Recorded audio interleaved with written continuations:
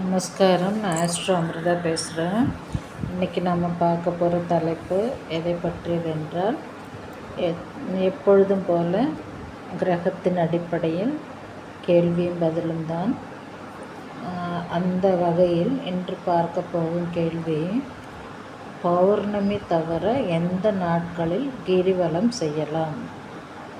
பௌர்ணமி தவிர எந்த நாட்களில் கிரிவலம் செய்யலாம் என்பதுதான் கேள்வி. இதை பற்றி நாம் நிறைய வீடியோக்கள் போட்டிருக்கிறோம், பார்த்துருக்கிறோம். இருப்பினும் மேலே அதாவது முதலில் பார்த்த வீடியோக்களிலெல்லாம் ஒரு சில நாட்கள் நாம் குறிப்பிட்டிருக்கோம். அதை தவிர வேறு ஏதாவது நாட்கள் உண்டா என்பதை பற்றி மீண்டும் நாம் ஆராய்ந்து அதற்கான பதிலை குறிப்பிடப் போகிறோம்.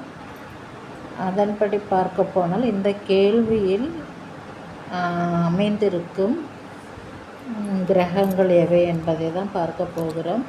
பௌர்ணமி என்றால் முழு நிலவு, சந்திரனை குறிக்கும். எனவே சந்திர கிரகம் இந்த கேள்வியில் அமைந்துள்ளது. அதே போல் பௌர்ணமி தவிர எந்த நாட்கள் கிரிவலம் செய்யலாம் என்றால், கிரிவலம் என்றாலே கிரி என்றால் நமக்கு தெரியும் மலை என்பது. குன்று, அதாவது குன்று இருக்கும் இடமெல்லாம் குமரனிடம். மலை என்றாலே உயரமான இடம். உயரமான இடம் என்றாலே செவ்வாயை குறிக்கும். மலை என்றாலும் செவ்வாயை குறிக்கும். எனவே இந்த கேள்வியில் அமைந்திருக்கும் 2 கிரகங்கள் சந்திரனும் மற்றும் செவ்வாயும்.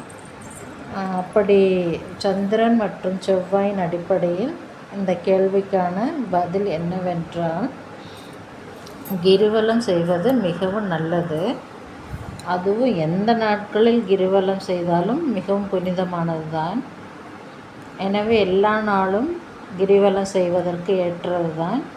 இருந்தாலும் பௌர்ணமி அன்று செய்வது மிகவும் சக்தி வாய்ந்தது. ஏனென்றால் அன்று தெய்வ சக்தி, அதாவது பௌர்ணமி அன்று தெய்வ சக்தி அதிகமாக இருக்கும் நாள்.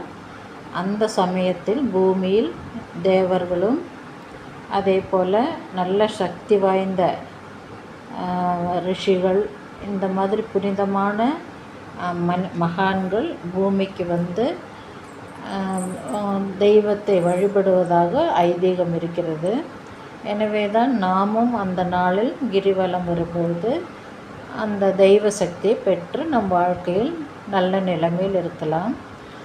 ஒருவேளை அந்த பௌர்ணமி தினத்தை நாம் தவறவிட்டால் மற்ற எந்த நாளில் கிரிவலம் செய்தால் நன்மை கிடைக்கும் என்று பார்த்தால், திங்கட்கிழமை அன்றும் அதே போல் அஷ்டமி நாட்களிலும் பகலில் கிரிவலம் செய்வது மிகவும் சிறப்பு. எனவே அதாவது சந்திரன் முழு நிலவான பௌர்ணமி அன்று நமக்கு கிரிவலம் செய்ய முடியவில்லை என்றால், திங்கட்கிழமை மற்றும் அஷ்டமி நாட்களில் பகலில் கிரிவலம் செல்வது சிறப்பை தரும். எனவே இந்த கேள்வியில் அடங்கியிருக்கும் பதிலை நாம் பார்த்தோம். மேலும் இந்த கேள்வியில் அமைந்திருக்கும் கிரகங்கள் என்று பார்த்தால் சந்திரனும் மற்றும் செவ்வாய் கிரகமும். எனவே இந்த வீடியோ உங்களுக்கு பிடித்திருந்தால் மற்றவர்களுக்கு ஷேர் செய்யவும், அதேபோல் சப்ஸ்கிரைப் செய்ய மறக்க வேண்டாம். Bye from astro Amrita.